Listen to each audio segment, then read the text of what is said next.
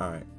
Hello everybody, my name is JT on Fire, and let's just get started with the video today. So, I have been playing Genshin, like a lot of Genshin, and I've really been enjoying this game. The event that we're on right now is called Recollected Stars, and I'm enjoying it.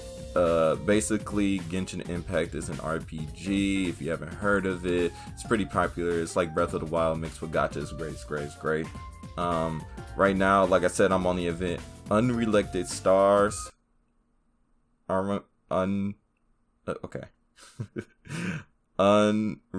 Unreconciled Stars.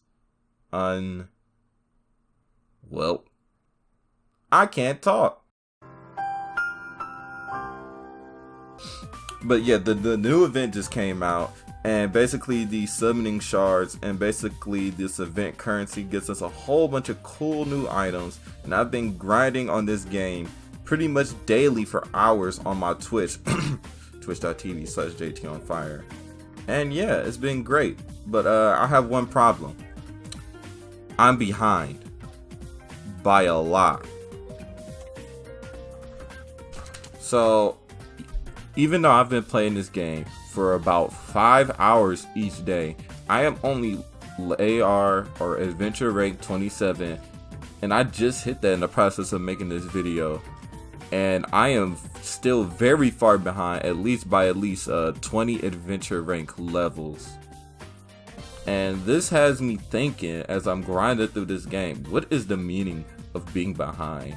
And what is the process to even combat something that is the strange concept of being behind? So for me, and this is me personally, being behind, the definition of that is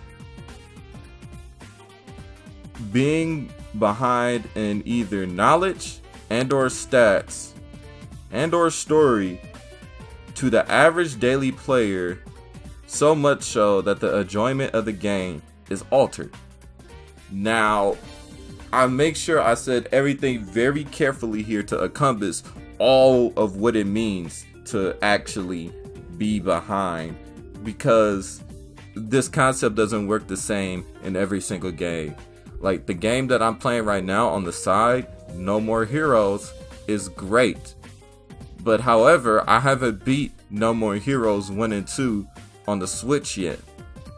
But there's probably people who have daily played this and beat both of these games, but I wouldn't be considered to be behind in those games because it's a single player experience. The only person I'm measuring up to is myself. No, we're talking more specifically about multiplayer games or co-op games in the sense of being behind. So let's dissect this even more. Being behind in knowledge. This applies directly into fighting games. Now, as a huge fighting game player, everyone knows, like, I'm a Tekken fan. But if you've played fighting games for a bit, you know that you gotta start these fighting games right away, or your knowledge is gonna be significantly less than any of the other players' knowledge. And it's almost like a daily grind. And you still can be behind on knowledge, and the people who knowledges are in the forefront of the game are the people who are going to Evo. Maybe not Evo. Ooh boy. Maybe not Evo. But other fighting game tournaments like CEO, Combo Breaker, and other fighting game tournaments, the people who are ahead of the knowledge, they lead that meta, they're ahead, and while everyone else lags behind or tries to catch up in their knowledge base. And I say this very specifically to the average daily player, because if we just go by average players don't play a game every day. The average player probably has a lower AR than me. So when it comes to quote unquote average players, we're talking about the average daily players. So that's what knowledge means. Stats or stats. Stats, there you go. That's self-explanatory. For all my RPG fans out there like Genshin and Final Fantasy and Black Desert, This is what being behind means. When you're behind in levels, everyone needs you to grind up to that higher level so you can get that boss. And you basically, because you're behind, you miss out on certain events, certain gameplay aspects, certain bosses, certain missions. And those games could be really, really brutal, I've learned, when it comes to being behind. Like, my moderator for my Twitch chat plays Destiny. And he's been playing Destiny for like 7 years straight, never missing like an update or anything, DLC. And sometimes he complains to me about how behind he is. And he can't even stop the game anymore because he's afraid of being behind. RPGs come to this concept really brutally, especially with RNG and loot. Very brutal. And or story aspects you're behind on.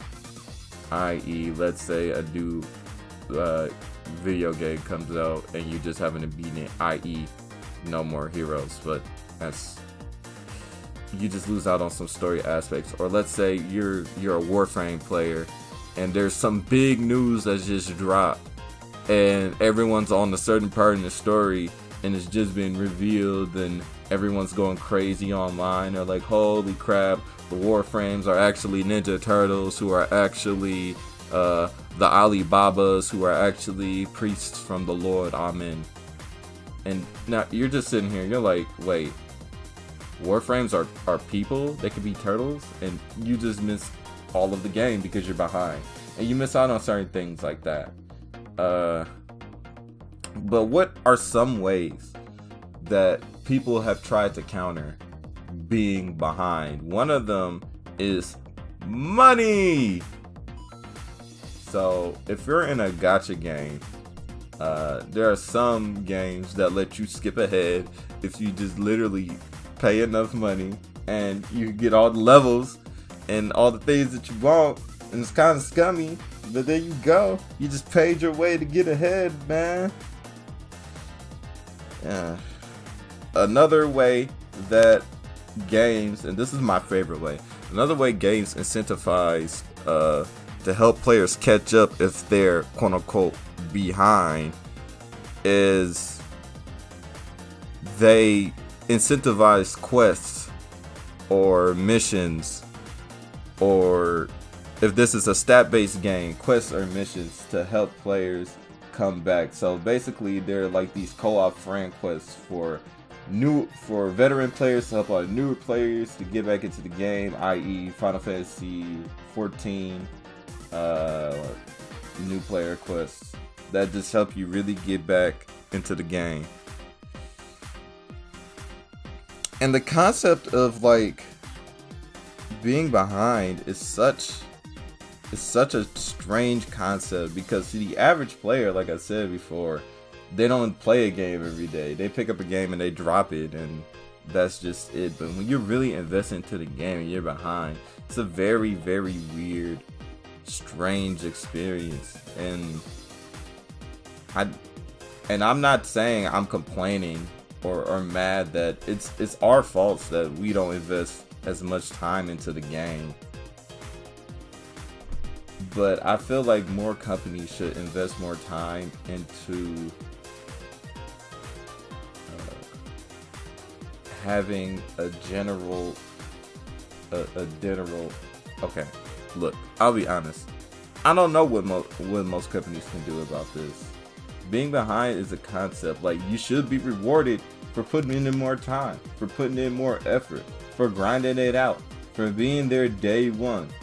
There should be incentives for you to be ahead, but there should be ways for people who want to get ahead to get ahead. Maybe they can't get just about everything that a veteran player can get, but make sure there are certain experiences that all players can enjoy together. And remember, guys, try not to focus on always just lagging behind in something, because there's way more to life than that. You can go and enjoy multiple games and take games at your own pace, whatever is comfortable to you, because being behind for you is maybe fine in some games. There's some games I'm perfectly fine in being behind in. And you should be fine with that too. You shouldn't let people influence you or talk down on you or roast you because you don't have every star 5 in Genshin. So guys, all I wanted to say here today was that being behind is not the end of the world. And there's other things you can focus on. And no matter what, you're just still you. Alright, we're done with this video today. Make sure you give a like and subscribe, or not. It's kind of scummy to ask for that, and this is my first video back.